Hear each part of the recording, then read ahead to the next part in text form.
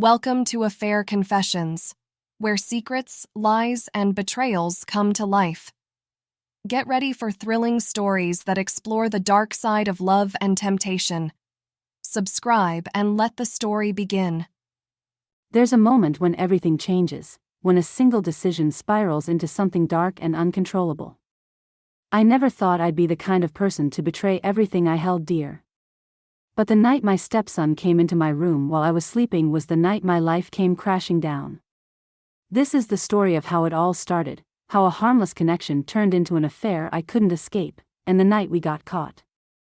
David and I had been married for almost 10 years, and like many marriages that stretch on, ours had slowly begun to lose its spark. David was always at work, buried in his job as a lawyer. Late nights, business trips, phone calls that kept him distracted even when he was physically home. We barely spoke anymore, just a few words over coffee in the morning, a quick kiss goodbye before he was off to the office.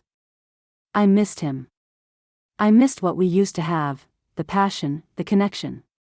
But most of all, I missed being seen. I had become invisible in my own marriage, and the emptiness inside me was growing larger with each passing day. Then, Ethan came to live with us. Ethan, David's son from his previous marriage, had just graduated from college and was trying to figure out his next steps. David suggested he move in with us for a while, at least until he got his footing.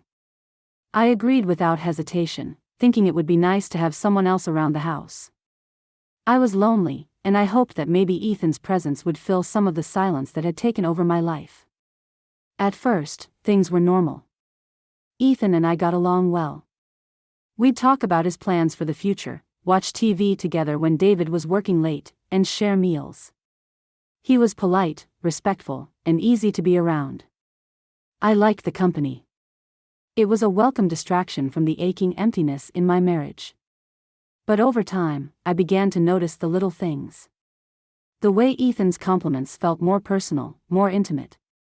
"You look great today," he would say with a smile, his eyes lingering on me just a moment too long. I brushed it off at first, telling myself it was innocent, that I was reading too much into it. But deep down, I could feel the shift between us. The tension between us grew slowly, building with each passing day. It started with casual touches, his hand brushing mine when he handed me a plate at dinner, his arm grazing my shoulder as we passed each other in the hallway. Each time, my heart would race a little faster, and I'd tell myself it didn't mean anything. But the truth was, I liked it. I liked the attention, the way he made me feel. For the first time in years, I felt seen, desired. Ethan looked at me in a way David hadn't in a long time, and I found myself thinking about him more than I should have. It was harmless, I told myself. Just a little flirtation, nothing serious. But the more time we spent together, the more that tension between us grew. One evening, David was working late again, and Ethan and I were sitting on the couch, watching a movie. The house was quiet, the only sound the hum of the TV and the occasional clink of ice in our glasses. I couldn't focus on the movie. All I could think about was how close we were sitting, how I could feel the heat of his body next to mine. I shifted uncomfortably, trying to shake the feeling, but it only made things worse. My heart was pounding in my chest, and I couldn't ignore the way Ethan kept glancing at me, his eyes lingering on me just a little too long. I could feel the tension crackling between us, thick and undeniable.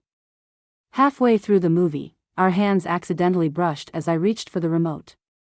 It was just a light touch, but it was enough to send a shockwave through me. I froze, my breath catching in my throat. Ethan didn't pull his hand away. Instead, his fingers lightly grazed mine, lingering in a way that made my pulse quicken. My mind screamed at me to move, to get up, to break the tension before it spiraled out of control. But my body refused to listen. I could feel the heat rising in my chest, the rush of something I hadn't felt in years, desire. I started to say something, anything to break the silence, but my voice faltered. The words got stuck in my throat, swallowed by the heavy tension filling the room. Ethan turned to me, his eyes searching mine, and in that moment, everything between us changed. There was no more pretending, no more denying what had been building for weeks. The air between us was thick with unspoken attraction, and I knew, deep down, that we were about to cross a line we could never uncross. Slowly, almost cautiously, Ethan reached out and gently tucked a strand of hair behind my ear. His fingers lingered against my skin, sending a shiver down my spine. I should have stopped him, should have pushed him away, but I couldn't. I was frozen, caught between the fear of what was happening and the overwhelming pull I felt toward him. "I can't stop thinking about you," he whispered, his voice barely audible, as if he were confessing a terrible secret. I felt my heart race faster, a mix of fear and excitement swirling inside me. I opened my mouth to say something, to tell him this was wrong, that we couldn't do this. But no words came out. All I could do was stare into his eyes, knowing that I was standing on the edge of something dangerous. And then, before I could even think, before I could stop myself, Ethan leaned in and kissed me. The kiss was soft at first, almost hesitant, as if he were waiting for me to pull away. But I didn't. I kissed him back, and in that moment, the world around us seemed to fade away. All I could feel was the heat of his lips on mine, the rush of adrenaline coursing through my veins. It was wrong, so wrong, but it felt so right. It felt like everything I had been missing for years had come rushing back in that single, stolen moment. My mind screamed at me to stop, to push him away, to end it before we went too far. But my body refused to listen. I wanted this. I wanted him. And in that moment, nothing else mattered. The kiss deepened, and I felt myself leaning into him, my hands finding their way to his shoulders. His fingers trailed down my arm, sending shivers through me as he pulled me closer. I knew we were crossing a line, knew that we were stepping into dangerous territory, but I couldn't stop. I didn't want to stop. When we finally pulled apart, breathless, the weight of what had just happened hung heavy in the air. I couldn't look at him, couldn't bring myself to face the reality of what we had just done.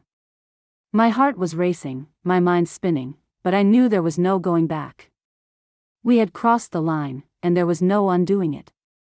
I started, but the words died on my lips. What could I possibly say? There was nothing that could make this right. After that kiss, everything between us changed. The tension that had been building for weeks finally exploded, and we couldn't keep our hands off each other. It wasn't long before we gave in completely, crossing every line we had tried so hard to avoid. We began sneaking around, stealing moments together whenever David wasn't home. We'd meet in secret, our bodies pressed together in the dark, desperate for the touch of one another. The guilt gnawed at me constantly, but I couldn't stop. I was addicted to the way Ethan made me feel, alive, wanted, desirable. But we were reckless. We thought we could keep it hidden, that no one would find out. But I should have known that secrets like ours don't stay hidden forever. One night, after weeks of sneaking around, I went to bed early, exhausted from the weight of the affair. David was out of town on another business trip, and Ethan had promised to come by later that night. I didn't think anything of it. This had become our routine, late-night meetings in my bedroom, hidden away from the world. Sometime after midnight, I felt the bed shift beside me. I opened my eyes, still groggy, to find Ethan slipping into bed next to me. His hands found their way to my waist, pulling me close, his breath warm against my neck. "I missed you," he whispered, his voice thick with desire. I kissed him, as I had done so many times before, lost in the moment. But this time was different. This time, something felt wrong. And then, I heard it, the sound of footsteps in the hallway. My heart stopped. David was home. Before I could even react, the bedroom door swung open. There, standing in the doorway, was David. The world seemed to stop. Time froze. I felt the blood drain from my face as I stared at him, my breath caught in my throat. David's eyes were wide with shock, his face pale as he took in the scene, his wife in bed with his son. The disbelief and pain in his expression were unmistakable. I had never seen such a look of devastation in my life. Ethan sat up quickly, his face just as pale as mine. His hands fumbled for the sheets, trying to cover himself, but there was no hiding what had just happened. The truth hung heavy in the air, suffocating, undeniable. I tried to speak, tried to explain the unexplainable, but no words came out. My throat was dry, my mind racing, but there was nothing I could say to make this right. David, I finally managed to choke out, my voice barely above a whisper. But it was too late. The damage had been done. David's face twisted in anger, betrayal flashing in his eyes. He stood there for a moment, as if he couldn't believe what he was seeing. Then, without a word, he turned and walked out of the room. The sound of the front door slamming shut echoed through the house, and I knew that everything was over. Ethan left the house the next morning. We didn't speak. There were no words left to say. The gravity of what we had done hung over us like a dark cloud, and there was no escaping it.